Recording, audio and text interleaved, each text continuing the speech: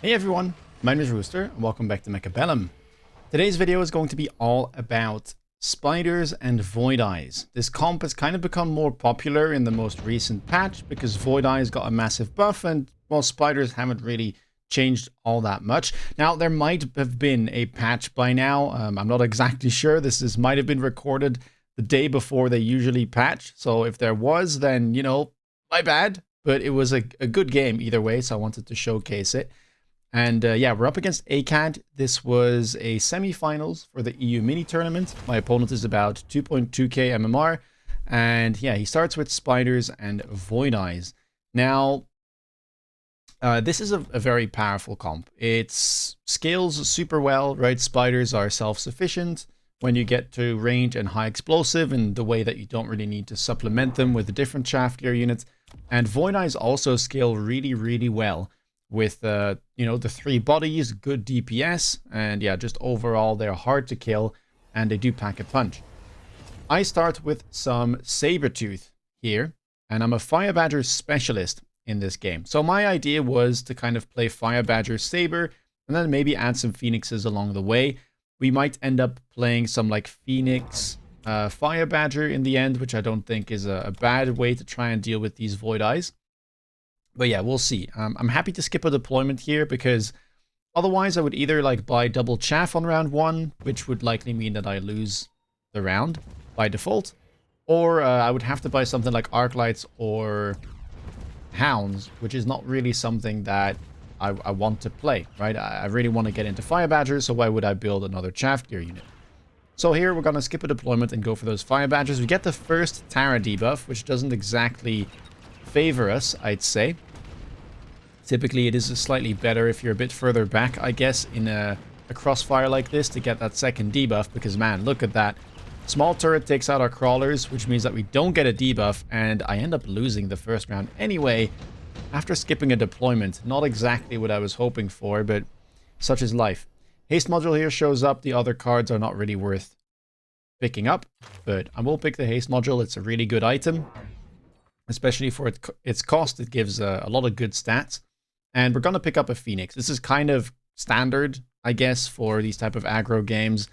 When neither player has marksman, you almost always end up going Phoenix. Even if you do have marksman, sometimes you go Phoenix anyway because, yeah, the deployment value on this DPS unit is amazing. You can scam around with it and get a bunch of experience. It's just, really, really useful. It's fast as well, so it can cover the flank in this way by having this Phoenix sit on the tower height. And then it can still pivot and go towards the front line if nothing shows up there. Opponent here goes for double Fang as well as a Tarantula. And looks like they did not pick up the haste module item. I decided to go for a missile here, hoping to hit the wall as well as that small cannon and some void eyes, which we managed to do. We also slowed down the Tarantula, which is not insignificant. And left side, well, the push keeps on going. We have now added a Phoenix to the mix as well, so the push will be successful. We take out that spider in no time. Sadly, our Chungus goes down as well, though. And again, we will get debuffed as the second player here. Hopefully, we can start chipping away at this Tarantula. Doesn't look like that'll be the case, though. So again, not ideal. The split force is able to make good use of that debuff. Finally, we do take down that spider, but yeah, my Sabertooth is stuck chaff clearing. The second debuff comes through, and yeah, at least we scam the air, right? Again, this is one of the nice things about Phoenix, but close round for sure. We pick up a level as well on this Phoenix, which is very nice, so honestly, not too bad. We did expend a little bit of extra resources there with the missile that we used, but happy with the outcome. And that sends us into round number 3. Another haste module shows up here, as well as a missile strike. Those 2 cards would be my favorite. I don't really like amplifying core. I feel like it's a bit too expensive currently for what it offers, unless you have a unit that really makes good use of it, like a Scorpion or, a high-level Sledgehammer or Fortress, something like that. But otherwise, I tend to skip it. Missile Strike here is nice. We have a lot of chaff to hit. Might be able to kind of clear the path for our anti-armor cannon to do its job. We also get a Fire Badger from our Specialist, so it's a good Power Spike turn. Opponent, though, goes for the aerial mode on the Void Eyes. And right now, my anti-air is not exactly a lot. That being said, I need to make sure that I have some anti-air, because of course, Missile Strike, I was kind of expecting him to pick it up. Luckily, we do have a level that we can pick up, but I'm going to need to pick up the first defense enhancement as well to kind of bump that Phoenix hit points above the 3k mark. We will pick up range on the Badgers here, and this is where I'm actually going to start selling my anti-armor cannon, because I wanted to go for a flank here as well to pull away as many crawlers as possible, and hopefully the Fire Badger can kind of clear some chaff. But I really needed to get that defense enhancement, and so you will see me sell the anti-armor cannon, sacrifice it for the stats, and luckily that will keep our Phoenix alive, so we have a shot at taking down the Void Eyes. But there's a lot of them, and we only have the one Phoenix. Left side looking good. That flank also doing a great job. Sadly, though, I don't have an anti-armor cannon, so killing this Tarantula takes a lot longer than if that turret were still there. We're really close. Look at that. Badger's almost making it through, but not quite. Luckily, we managed to kill that spider, which only needed 6 more experience to level. Important to keep the spiders from leveling if possible. But, oh, my Phoenix is too quick because of the haste module. Get taken out of the skies by the only Void Eye pack that was still alive. And so sadly here, we're going to be, getting air scammed the same way that we did on round 2. It's a bit of a shame because it would have accounted for about 800 damage if the Phoenixes managed to survive. But alas, at the very least, we don't take too much damage from this. Round number 4, we still needed some air units. Not some air units, some unidrops, but it does offer quite a few air units as well as some anti-air. Phantom Ray available, Wasp here available. The Wasp definitely quite annoying, I'd say, for us to deal with. So maybe we just want to pick that up. Phantom Ray, I do like. I feel like Phantom Ray would have a decent matchup into the Void Eyes as well.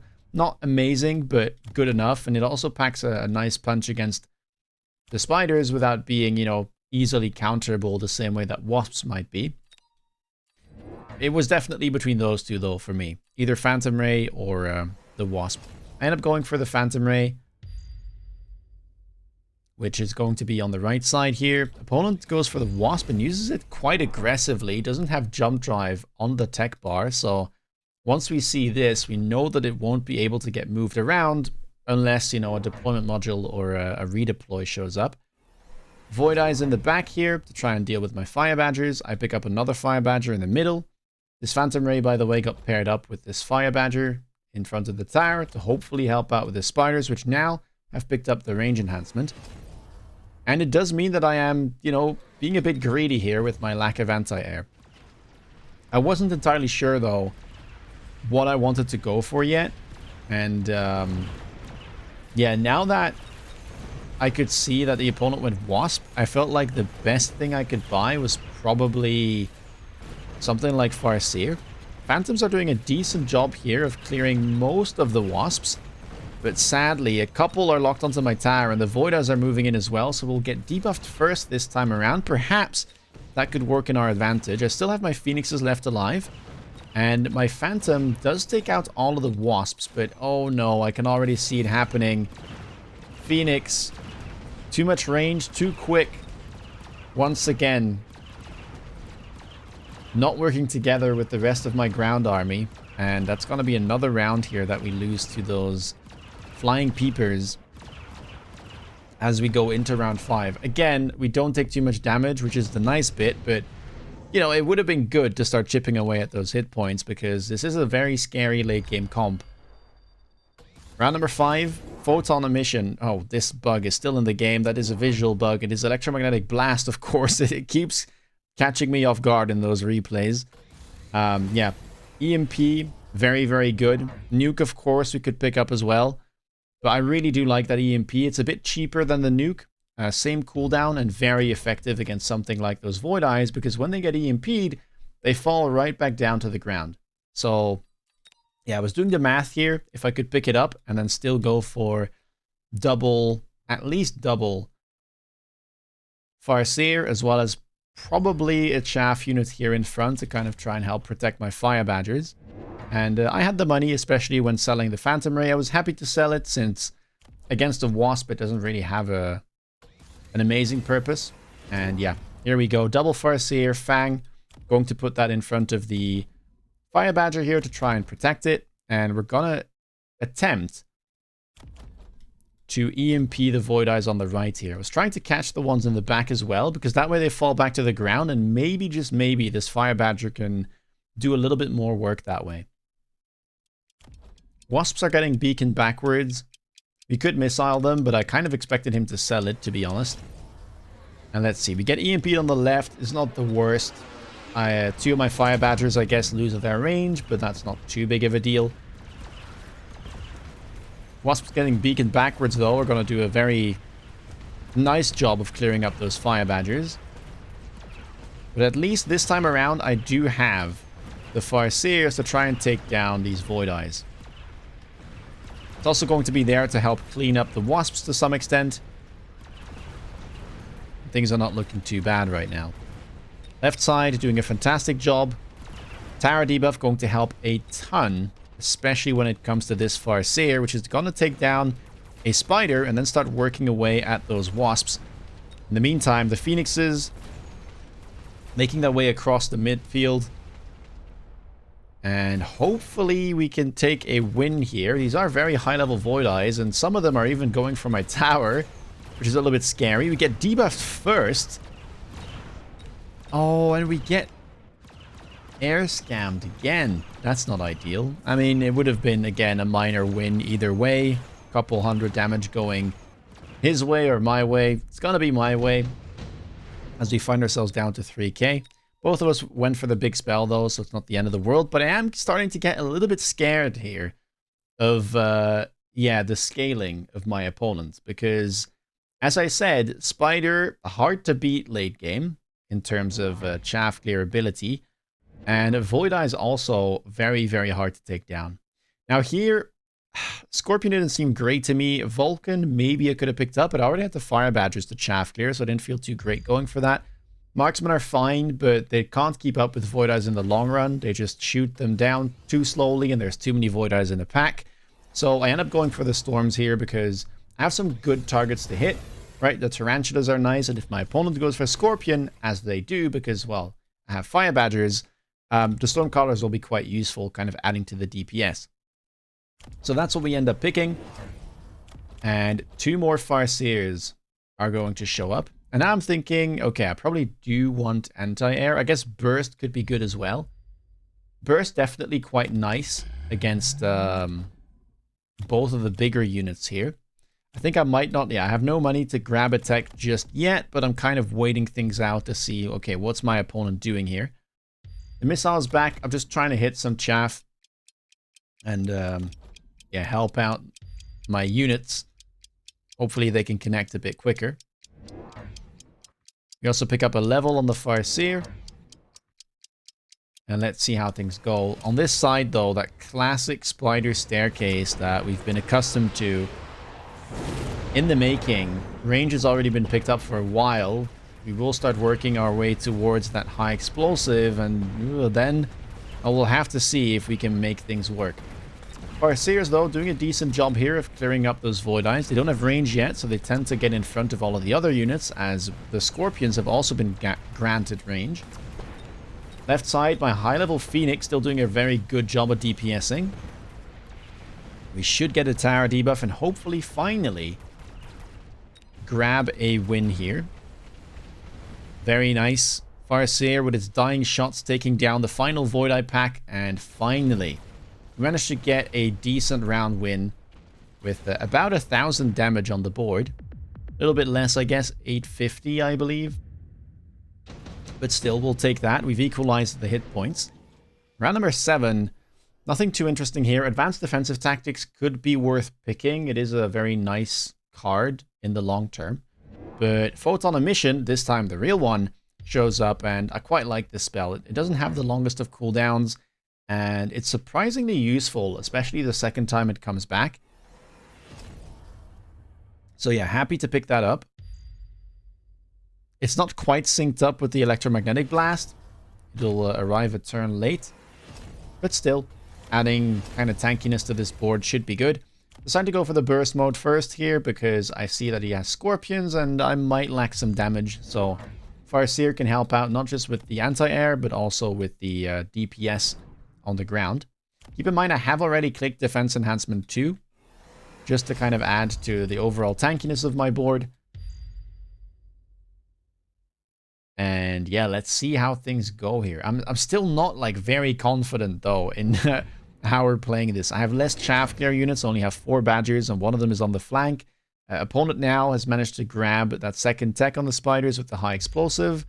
And I mean, fire badgers long term, in the long run, long range engagement, I don't necessarily trust. I might have to go for something like napalm just to get some fire on the ground to do some work after the fire badgers have gone down. We do go for a flank though, top right. Crawler plus burst seer. Kind of keep up the pressure, because I felt like he was being a little bit greedy with how he was defending. Round 7, by the way, a loan comes out from ACAD. I haven't loaned myself. Let's see how things go here. Ooh, that Scorpion doesn't quite manage to fire. Left side, we're trying to do okay. That Phoenix is still doing a very good job. We'll grab a debuff. And it looks like it's going to be another very minor victory here, if anything. Opponent, though, went for double missile interceptor. Perhaps even 3, I didn't quite see. But we managed to take out all of them from the looks of things.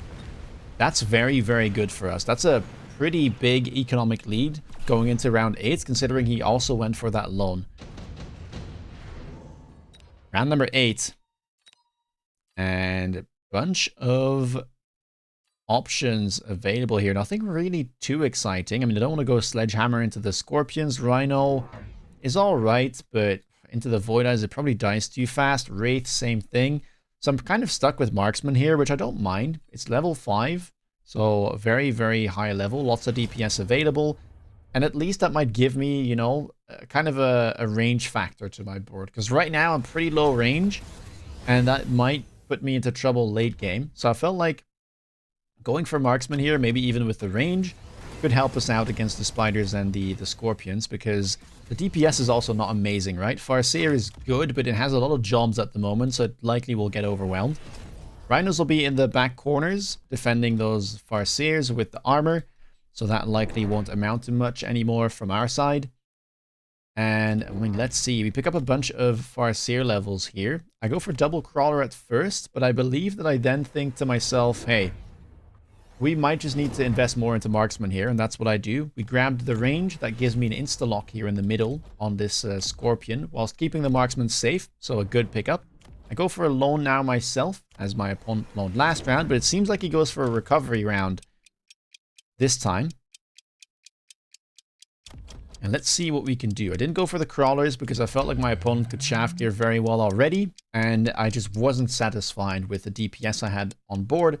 So that's why we go for the Marksman first here. Top right, Farseer is doing an okay job, you know. I mean, that Rhino doesn't have Whirlwind, so it kind of takes a long time to take down all of those Crawlers. Farseer does its very best and almost takes down the Rhino. Keep in mind, I have picked up the second attack enhancement here. Kind of help out my board even more. Very useful on the Marksman and very good on the Farseers as well. But yeah, now things are starting to look a little bit more dicey. The middle, not too bad. We still have some level 2 Farseers alive, but the sides seem to be collapsing. How much can these Stormcallers and Farseers do? Luckily for me, they do stay alive. A couple Crawlers on my tower. Can we defend against those? Left side looking good. Tower will go down. Farseer there, doing a great job right before it gets taken out by the Scorpion, and that should hopefully save our tower. As I say that, never mind. One of the Void Eyes has a mind of its own. Takes down my units. And can we survive here? Wow, level 2 marksman, not even able to kill the level 5 Void Eyes. And that's what I mean by Void Eyes are hard to kill late game. There is, yeah, sometimes you just can't even, like, one-shot them. And with 3 bodies, and some people even running Port Shield, luckily ACAD doesn't have it, but yeah, that would be a big problem. Now, the main reason I didn't want to go for something like Mustang here is because of that electromagnetic armor that is on the Void Eyes.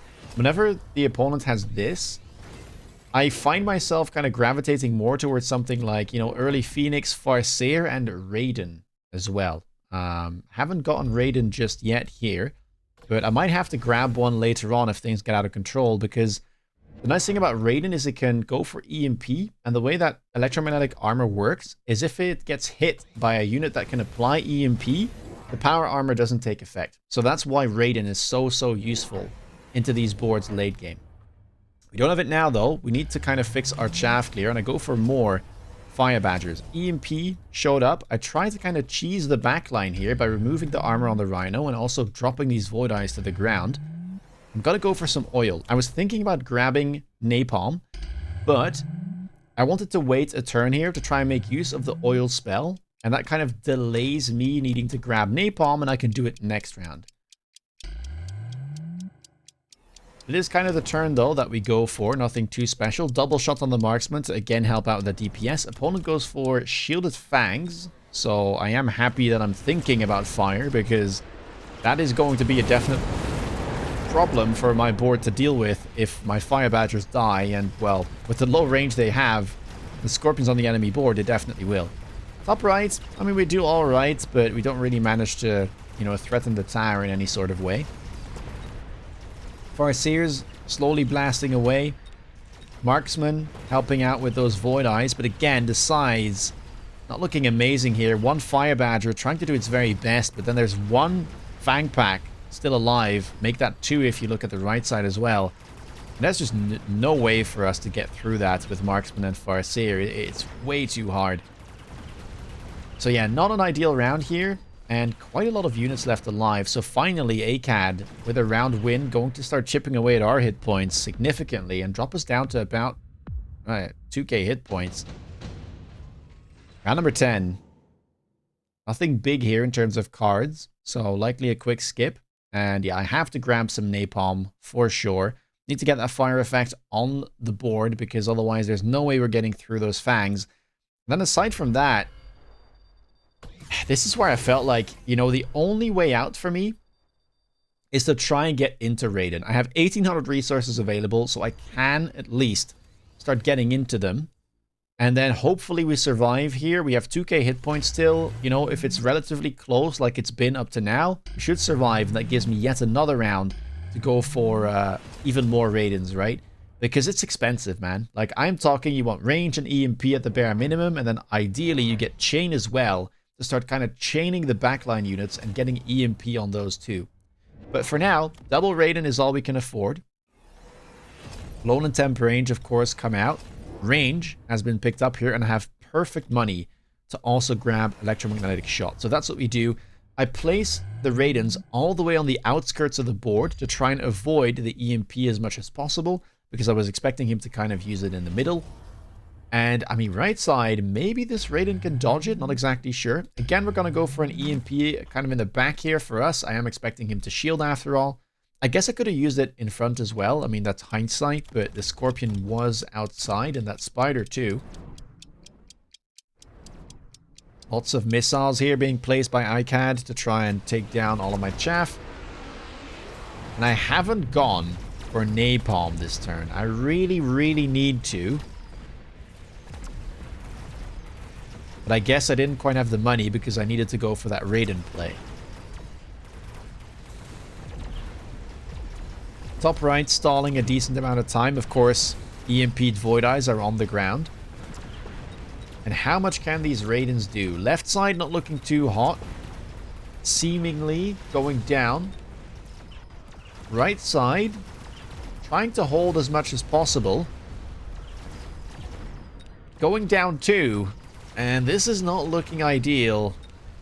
Oh, can we take down the spider at least? We can. Okay, that saves us 200 hit points. Happy with that. But that is a ton of damage on round number 10. It's going to put us down to 367 hit points. Is it too little too late, or do we have the setup now that we need? Round number 11. Nothing special here for us. Just a sell, really. So I'm going to go for the Overlord and sell that. I have the Phoenix as well, which currently just isn't having a great time anymore. It did well up to now, but it's outskilled. And I don't want to tech it because it's my only Phoenix. So yeah, 2 things to sell if this goes another round. For now, though, the Overlord is worth more. And going to go for more Raidens and grab that second tech. Third tech even, the chain. So what this does is that every single bolt, which the Raiden has 3, will now also create 1 chain. So you will hit 3 main units and then 3 units after that kind of sit in the vicinity. It does try to hit kind of the closest units, so it can get stuck on chaff, but you just need 1 of those chains to hit, you know, a spider, and now it's EMP'd for a decent amount of time. This is why Raiden is really, really good late game, and it's what I'm trying to set up here. But look at this board, though. Triple tech Tarantula, the spider mines have come out, more fangs picked up very, very late. I have managed to get my hands on napalm, though. There is a bit of a gap on the left, though, as we can see. So ideally, I would have another Fire Badger here on the left, but we've managed to get triple Raiden. Photon coating is now back, which means that it's a tricky round on the right side because our EMP can't land. But look at this. On that left side, Raiden doing a decent job, starting to EMP a whole bunch of units. The spiders also taking a fair bit of damage. Not sure what's happening with the frame rate here. Okay, it has recovered now. But right side looking a lot better all of a sudden. Look at that. The EMP dropping those Void Eyes to the ground. Even if the chain can't kill the Void Eyes, they become kind of neutered as soon as they get EMP'd. Fantastic debuff. And now this Raiden. Look at those chains. Chaining upwards from the fangs. Taking down those Void Eyes to the ground as they pop back up the moment they die. It is a pretty funny animation. Another tower debuff incoming. We will lose another Raiden, but it looks like we may have turned a page as we start chipping back at ACAD, and we're sending things to round number 12. And that is when Nuke shows up. Not what I wanted to see at all. Although ACAD doesn't run shield, which is what I was a bit afraid of. If he had shield on the Void Eyes, he could kind of tank that Nuke. As well as a big portion of his army is ground-based, so if he can somehow keep shields alive, then, you know, the Nuke will get blocked, whereas I need my Raidens to live. Without these Raidens, we're cooked. So I need to somehow find a way to keep as many of them alive as possible. I pick up the Nuke as well, of course, and I kind of want to use it on the left side, because that seemed like his stronger side. Right side, we were doing okay.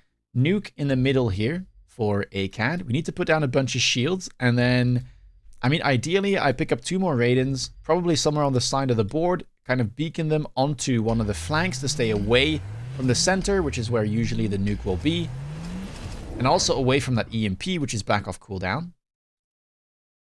And yeah, I mean, apart from that, I need a Badger as well on the left here.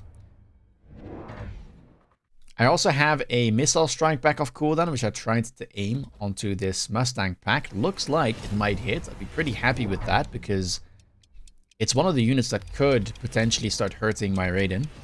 Triple Marksman for my opponent with anti-air. And yeah, look at this. 2 more Raidens picked up, beaconed onto that flank. And we just pick up some levels here at the end on our Raidens. I float 150. Not sure what I could have done with that. Pick up a level somewhere, I guess. And, I mean, let's see, right? The Nuke will definitely land and kill 2 of my high-level Raidens. Left side, though, we managed to break the shield right on time, killing all of his important units on the left, only leaving those fangs, which of course did have a shield. Farseer trying to do its very best. And yeah, look at that. The Void Eyes had EMP, but it doesn't affect the Raidens because they have EMP themselves. And yeah, the way that this interaction works is that the Void Eye gets EMP'd, the electromagnetic armor gets turned off, and so the Raiden does not get EMP'd itself. And this is why this unit is so good against this type of Void Eye board, especially when the opponent runs EMP armor. And with that, we managed to turn things around in what looked like a very sketchy game, but I was happy that we were able to transition into Raiden, which is definitely my favorite way of dealing with Void Eyes if the opponent is running that electromagnetic armor, right? If they don't, you have multiple options. You can go for, even if you're on the line, you can go for things like Wraith. Mustangs with range and anti-air are also very, very capable against that, but both of those units struggle a ton if electromagnetic armor is available and gets clicked. So, yeah, we managed to turn things around at the very last second, but I'm happy that we were able to do so. And yeah, I rarely play Raiden, so I'm happy to be able to feature that as well. With that being said, if you like this video, please leave a thumbs up. Let me know down below what you think of both of these comps. If you played a bunch of Void Eye Spider, what are your favorite techs? Because we have seen quite a lot. Some people run anti-air or like the aerial tech. Some people don't. Some people run electromagnetic armor. Others don't. So yeah, let me know. If you want to stay up to date on latest content, please consider subscribing. And if you want to see me play live, check me out on Twitch. With that being said, take care guys and see you next video. Bye-bye.